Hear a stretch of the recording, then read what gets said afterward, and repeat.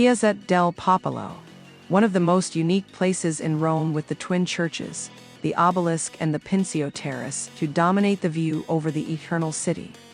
One of the most interesting theories about the origin of the name of the square is an etymology that derives people from the Latin populous, poplar, based on the tradition that there was here a grove of poplars relevant to the nearby tomb of Nero.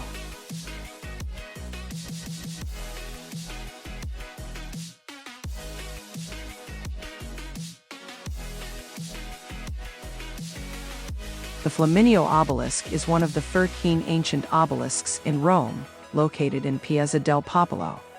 It has a height of 25.90 meters, and with the base and the cross reaches 36.50 m.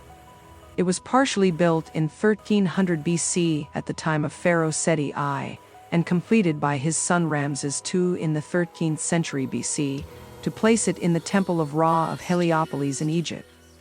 In 10 BC, the obelisk was brought by ship to Rome at the behest of Octavian Augustus, together with the obelisk of Montecitorio. The emperor decided to keep the original dedication of the monument to the sun, which, for the Romans and the Greeks, corresponded to Apollo, the tutelary deity of the emperor.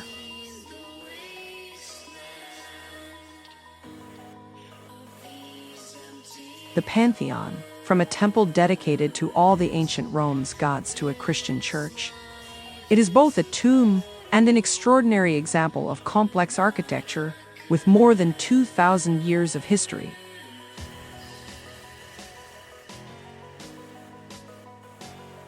Saint Louis of the French, the Church of Rome's French community since 1589. This golden Baroque church is home to a celebrated trio of Caravaggio paintings: the Calling of St. Matthew, the Martyrdom of St. Matthew and the Angel, known collectively as the St. Matthew cycle. Find them in the Contarelli Chapel to the left of the main altar. Piazza Navona is one of the most famous monumental squares in Rome, adorned in monumental style by the Pamphili family at the behest of Pope Innocent X, with the typical shape of an ancient stadium, following the remains of the ancient stadium of Domitian. Did you know that the history of the Trevi Fountain is closely linked to that of the restoration of the Aqua Virgo aqueduct, which dates back to the time of Emperor Augustus?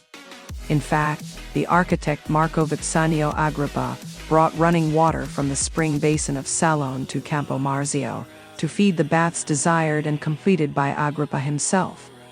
The aqueduct, which has been in operation for more than 2,000 years, is almost 20 kilometers long underground.